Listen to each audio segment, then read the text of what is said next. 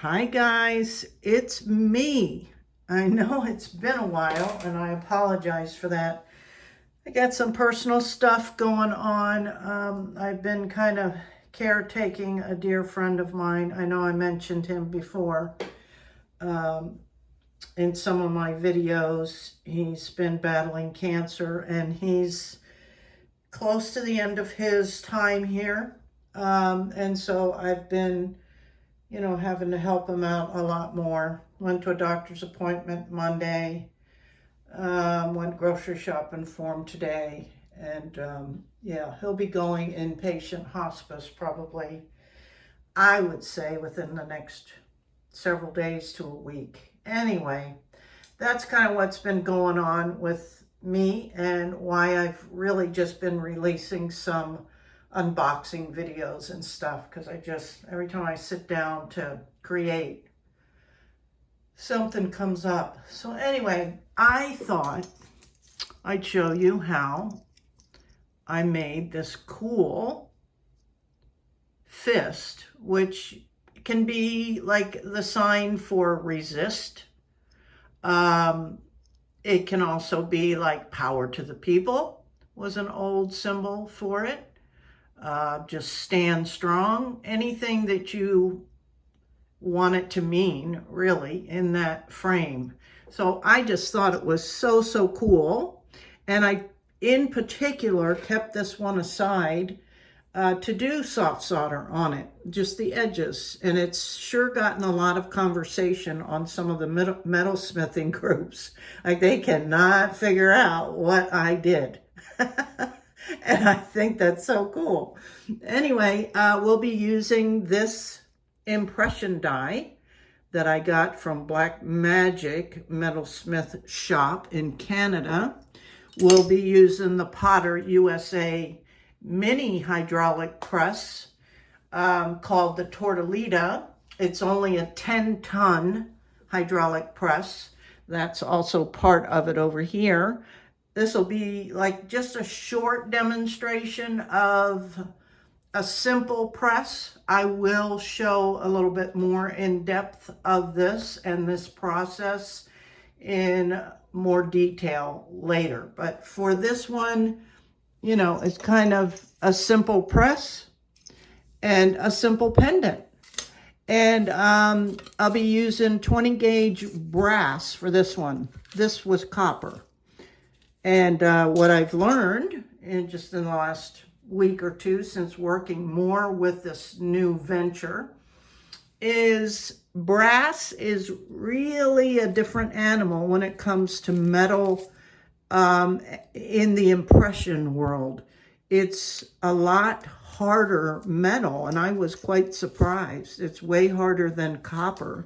Whereas when I solder, like hard solder, using brass, I found that it melts quicker than copper. So I was thinking it would be softer than copper. That kind of made sense to me. That's why I didn't even hesitate. But boy, when I created my first couple pieces in brass, I was like, what is happening?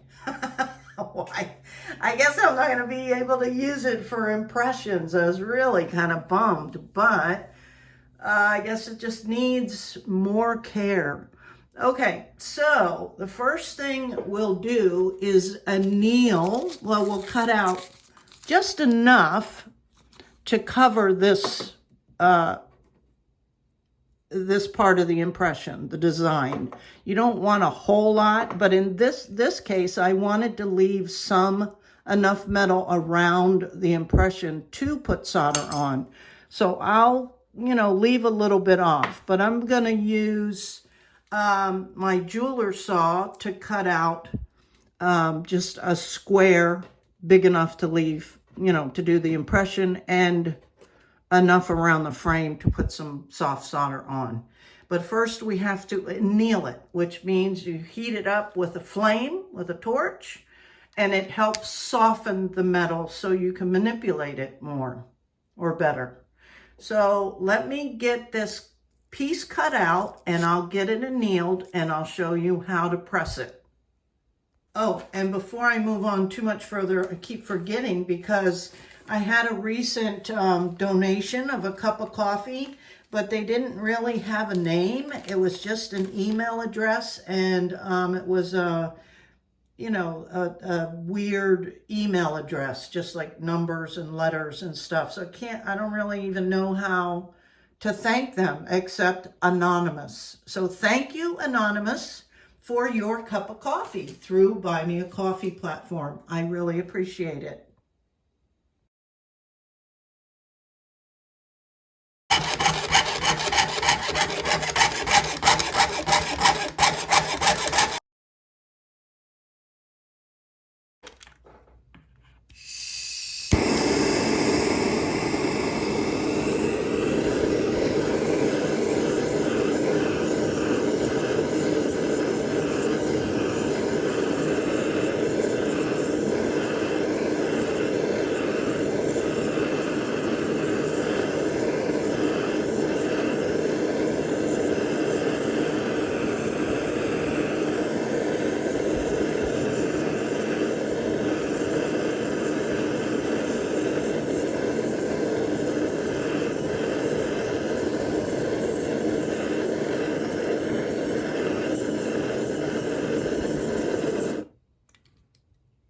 Okay, so this is the main frame of the press, and the actual press piece is down inside there. And then you have, these are called platens, and you stack them as high as you need them.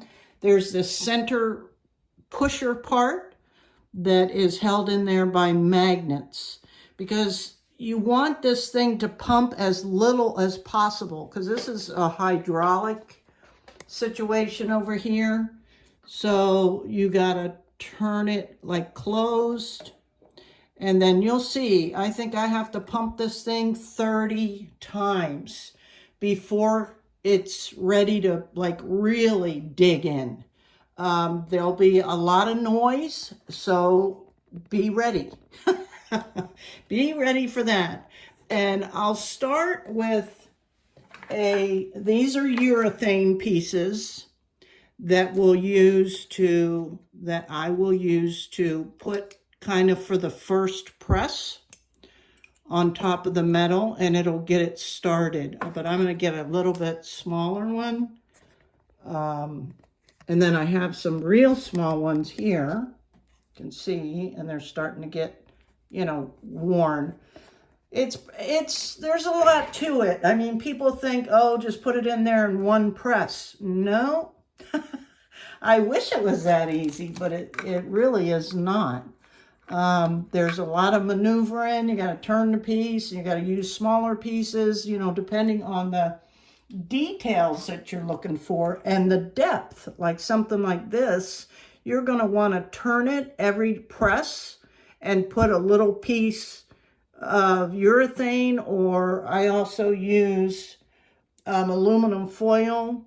And every time you press it, and then you'll turn it and reposition it and do it again for each of these petals. And, the more times you do that, the more details you'll pick up. And then, of course, in between all of that, you have to re-anneal, meaning reheat your metal to soften it, because every time you press this, it work hardens the metal, right? So, yeah, there's way more to it than it, just like anything else, guys. Everything looks so easy, but nothing really is.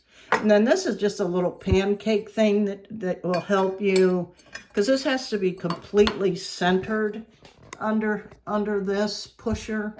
So, sorry. This is just, like I say, a quick demo.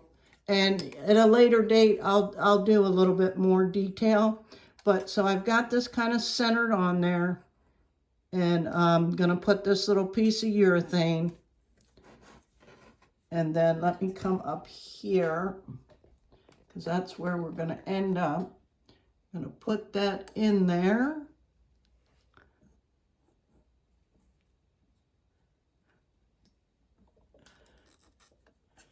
And center that whole thing.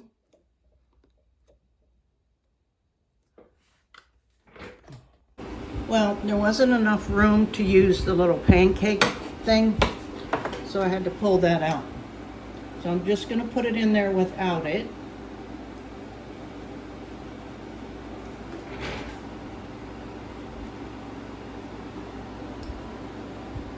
Although it is helpful. Okay, I'm just getting this centered under that pusher. And now I'm gonna do the first of many presses.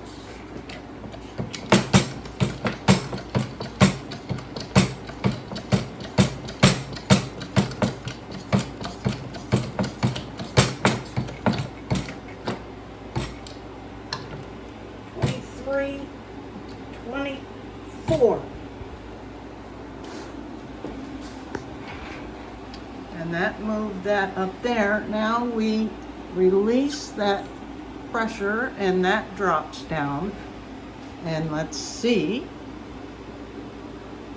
what that first one looks like. Okay, you can clearly see it's gotten started.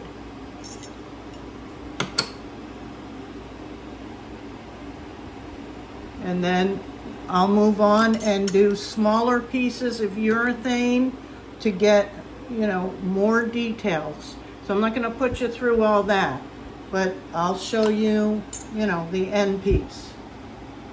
Okay, here's the final impression. That took me probably 5 or 6 presses using different sizes of the urethane or the aluminum foil.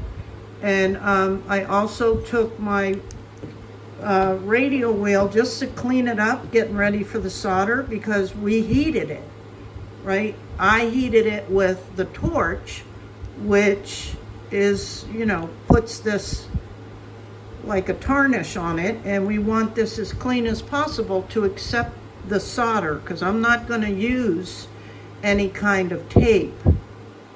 So I'm just going to clean this off.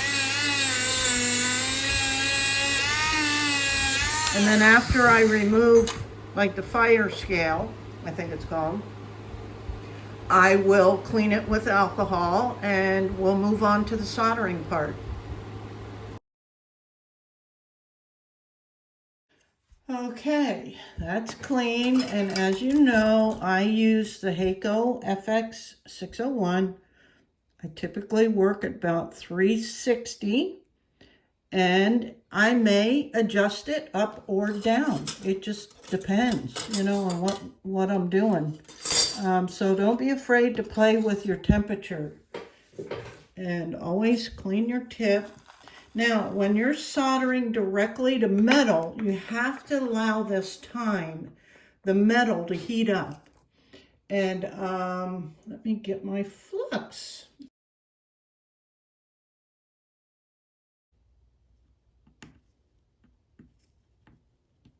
All right, let's have a look. So it works best if you just get the solder on the front, because remember I did do some texturing, and then when I turned it over, all this was flat. So it's better to just get some solder on front and back, and then go back and stamp it. Now that will flatten the back out. This is already cooling off, and you can see right here, see these areas that are flat?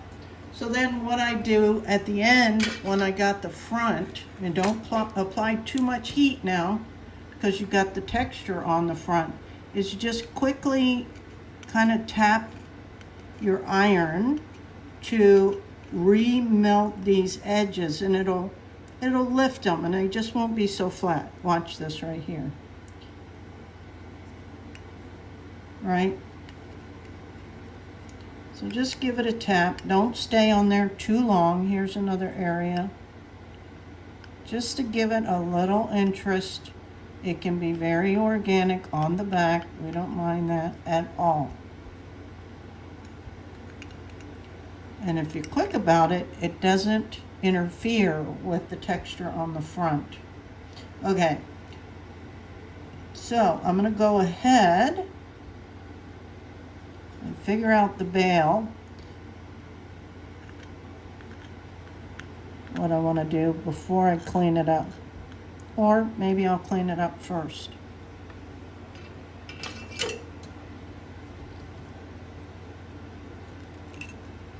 Right? Pretty cool. And if you want to add more, just know that whatever you deal with on the front, something's going to happen on the back. It's going to flatten the back.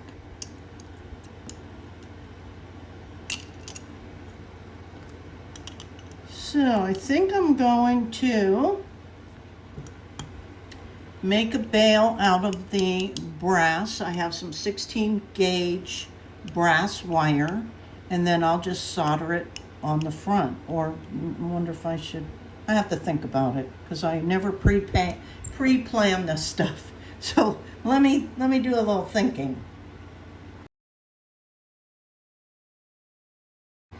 Okay, because this is such a big piece, especially compared to this one, it's almost twice the size. I should have cut it down, right? But I didn't. And so I decided to do, a split chain. And I added, for support, additional level or an additional layer of stamping on each corner. So I'm gonna let this cool real well. I'm gonna go wash it up, and then I'll show you how I patina it, because this brass will be patinaed separately. And I don't know if I'll patina this, probably, since we stamped it. Yeah, to get the, the highlights. Now the back, see, it's already cooled off. The back has a few sharp edges. We could take the iron and remelt those, but because we have all this texture on here, I don't want to risk melting the texture. So I'll just, use my radials and knock off any sharp points or whatever. But let me go wash it up just with Dawn soap and a toothbrush. Look how cool that looks. Wow. I love the brass with the brightness of the soft solder. I think it looks fantastic.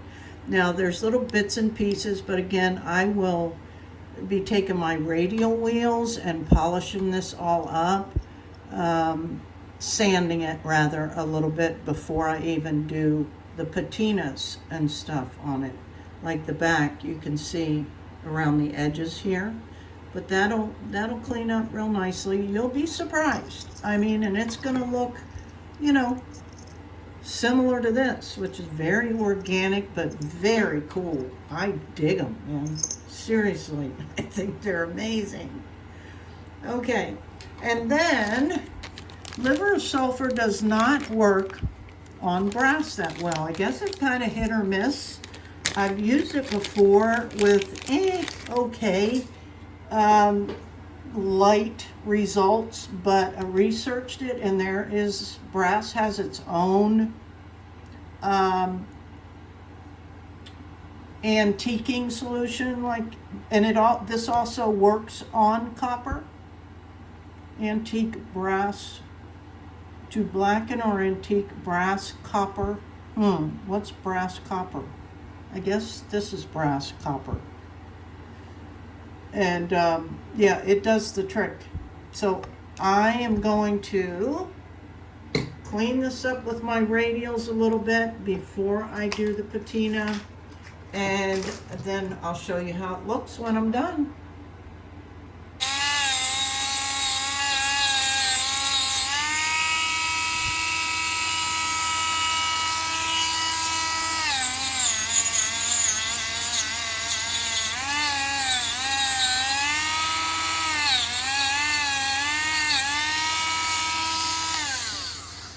That's good enough for me. Got all that nastiness around the edges. Okay, I'm gonna go patina this with this brass patina, wash it up, and then probably go back. I'll show you before I do the patina for the soft solder. Let me show you what I discovered. This is the first time that I've done a brass piece as far as a patina with soft solder. And look, it's darkening the soft solder. Isn't that interesting? So I thought I'd show you because I had not tried this before. Huh, watch. Look at that. It's not quite as dark as the Novacan. So, but we might as well evaluate it. Gotta go with it now. But this, you don't have to, like liver sulfur, you have to put,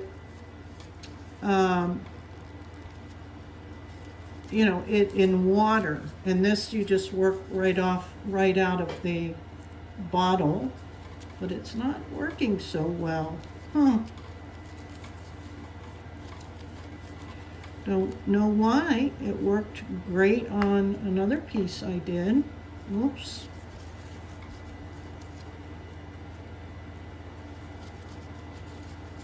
It darkened back here.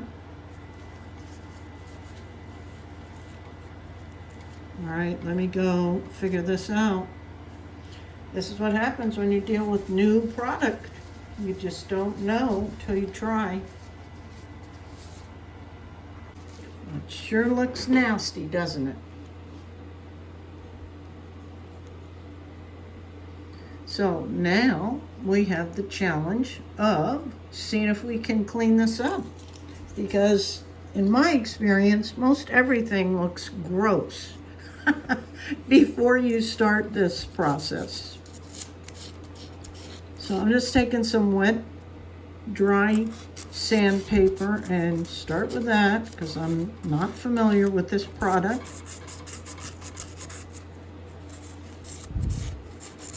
But not thrilled with how that's coming out. So I'm going to dry it off.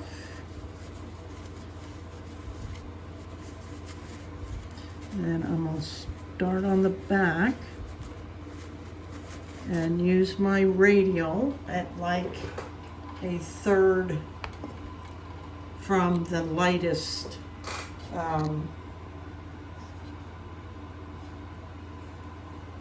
grit and see what happens. And yeah, it shines it up real well. So let me do that. I'm going to go ahead and use these. I'm going to see if I need to go more than just this grit, and I'll be back. This will be interesting. Like I said, I've never done this. This was a surprise. It looks pretty gross. It's almost like it's rusted.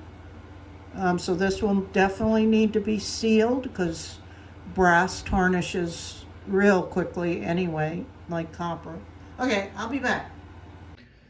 And here it is. It's crazy that something can look so horrid